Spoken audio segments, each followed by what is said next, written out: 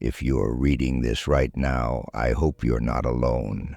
I know that sounds dramatic, maybe even a little silly, but trust me, by the time you finish this story, you'll understand why.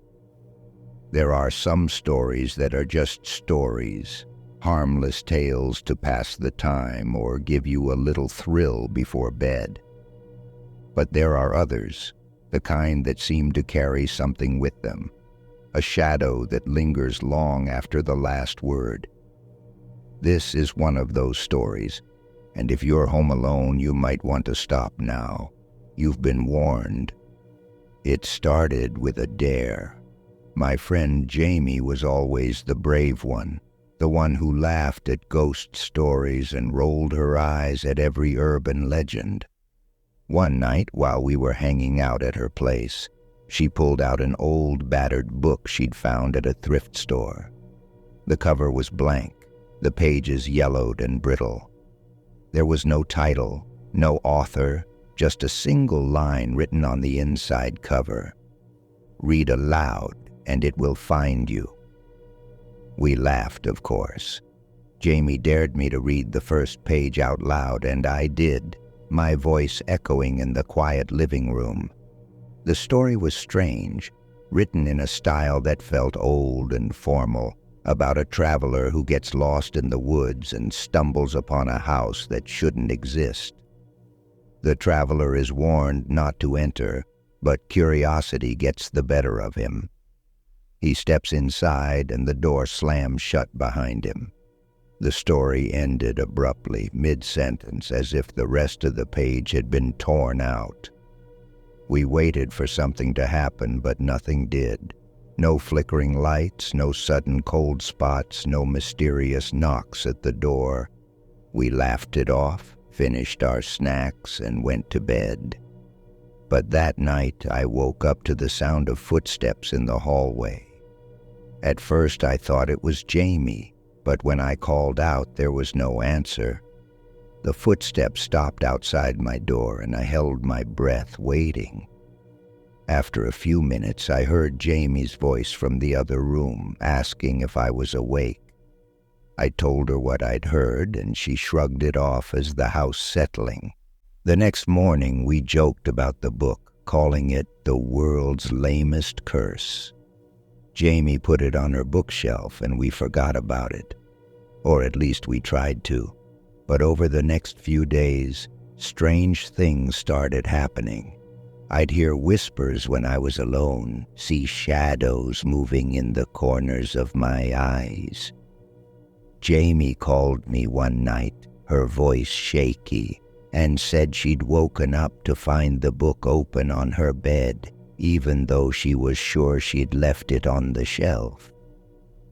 I tried to reassure her, telling her it was probably just a draft or maybe she'd moved it without realizing. But deep down, I was starting to feel uneasy too. The whispers grew louder, sometimes so clear I could almost make out words. I'd catch glimpses of movement in the hallway when I knew I was alone. My phone would ring in the middle of the night, but when I answered, there was only static on the other end. I stopped sleeping with the lights off, and Jamie started locking her bedroom door at night. A week after we first read from the book, Jamie called me in a panic. She said she'd found new writing in the margins, words that hadn't been there before. "It's writing itself," she whispered. "It's telling me things." I asked her what it said, but she wouldn't tell me. She just kept repeating, "I shouldn't have read it. I shouldn't have read it." I tried to calm her down, promising to come over the next day and take the book away. But that night, I had the worst dream of my life. In the dream, I was standing in Jamie's living room, the book open in my hands. The words on the page twisted and changed, forming my name over and over. The room grew darker, the shadows stretching and reaching for me. I tried to run, but my feet wouldn't move. I heard Jamie's voice, distant and terrified, calling my name from somewhere far away. Then a cold hand grabbed my shoulder, and I woke up gasping for air, drenched in sweat. I called Jamie first thing in the morning, but she didn't answer. I tried again and again, but her phone went straight to voicemail. I drove to her house, heart pounding, and found the front door unlocked. The house was silent, the air heavy and still. I called out for Jamie, but there was no response. I searched every room, but she was gone.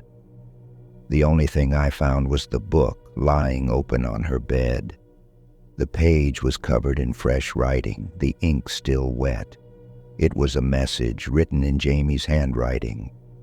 "Don't read this story if you're home alone. You've been warned." I left the house, book in hand, and haven't seen Jamie since. The police searched for her, but there was no trace. No signs of a struggle, no clues, nothing. Just an empty house and a book that seemed to grow heavier every time I touched it. I tried to burn it, but the pages wouldn't catch.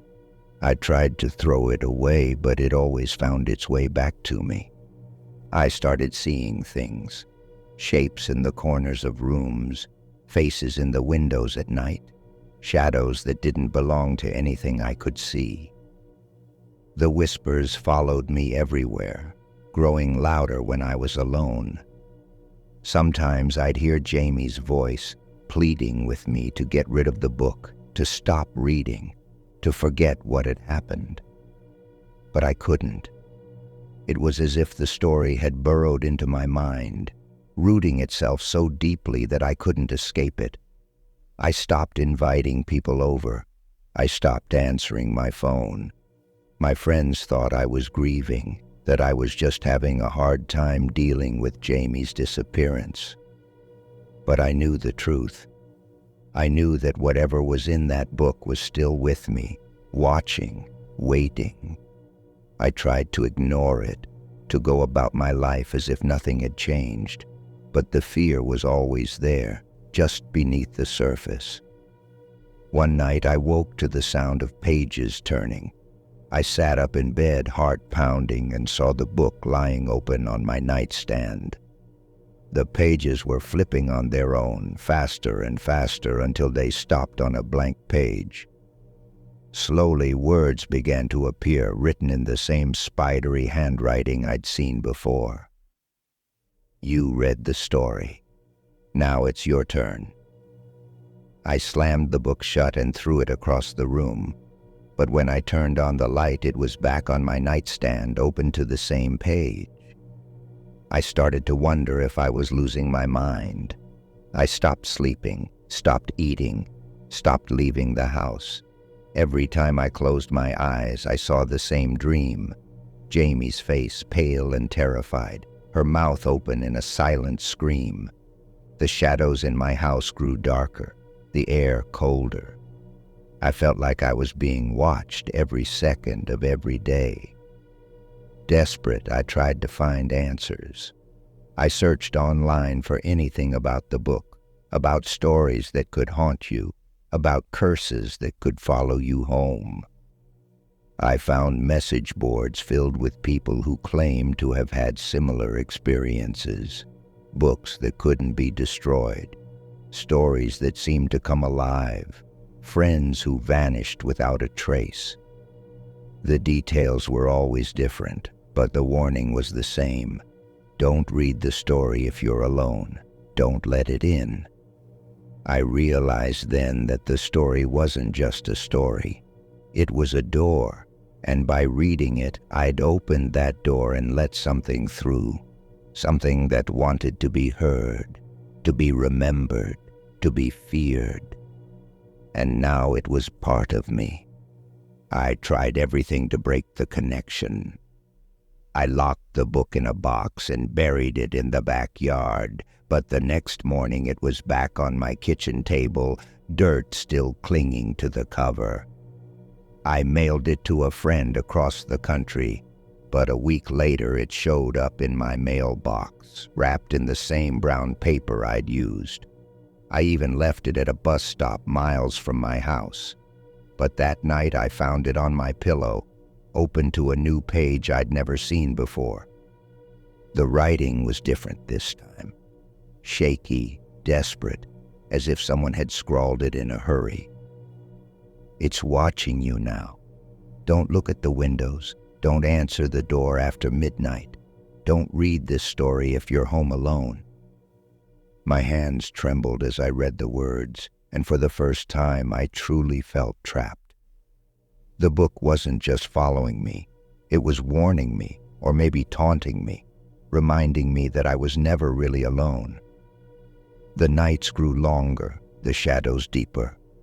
I started seeing movement outside my windows, shapes that would vanish when I turned on the lights. Sometimes I'd hear knocking at the door in the middle of the night, 3 slow, deliberate knocks that echoed through the empty house. I never answered, but the knocking always stopped just as suddenly as it started, leaving me wide awake and shivering in the dark. I stopped sleeping altogether, afraid of what I might see if I closed my eyes. The whispers grew louder, filling every room, every corner, every moment of silence. I heard Jamie's voice more often now, sometimes pleading, sometimes angry, always just out of reach. I tried to record the whispers to prove to myself that I wasn't imagining things, but every time I played back the audio, all I heard was static, and sometimes my own name whispered so softly it made my skin crawl.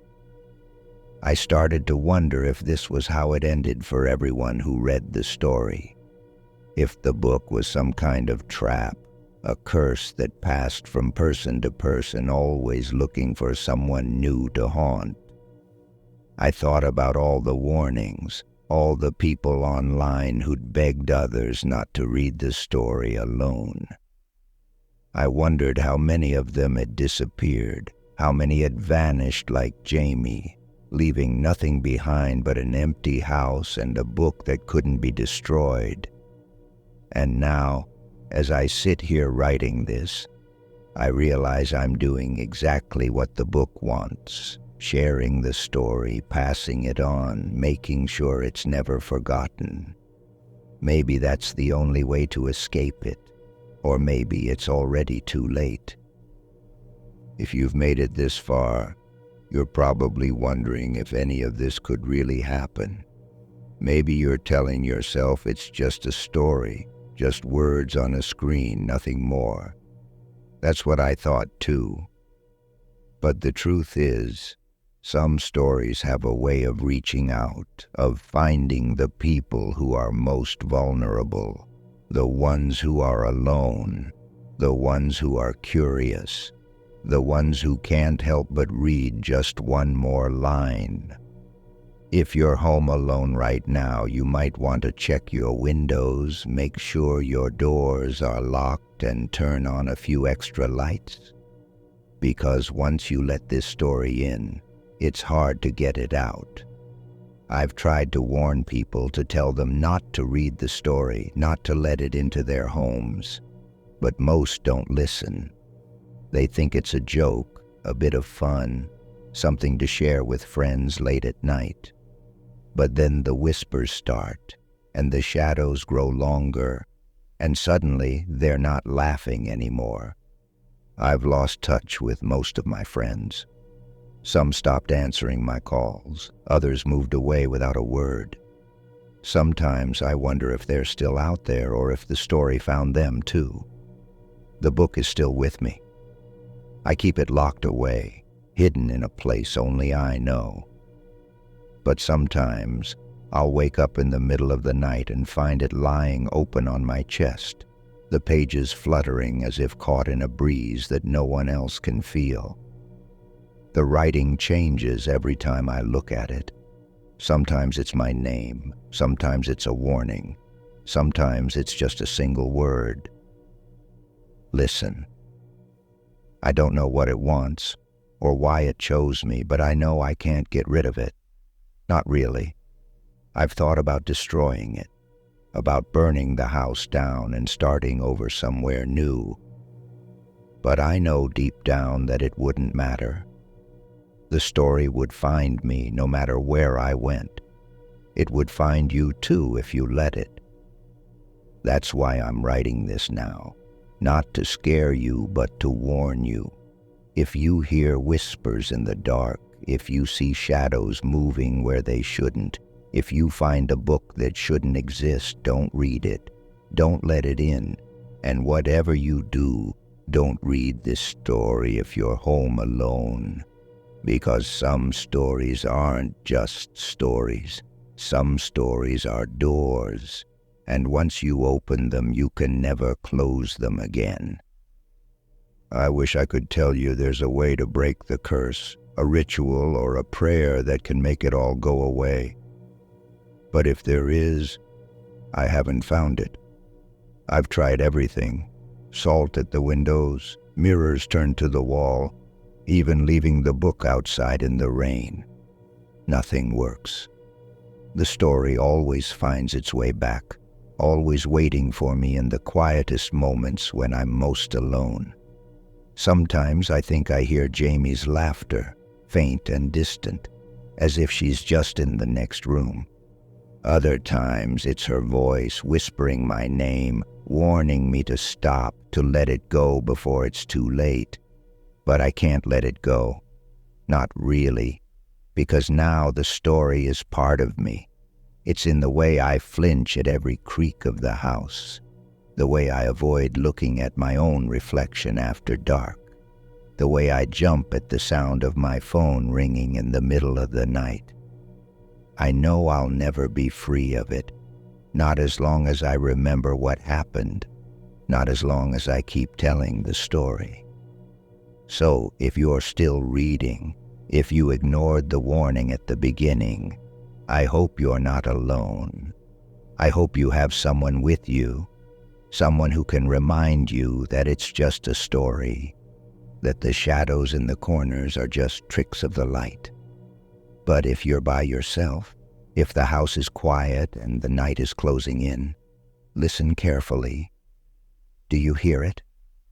The faint sound of pages turning, the soft whisper of your name, the feeling that you're being watched. If you do, don't panic, don't run. Just close this story, turn on all the lights and call someone, anyone.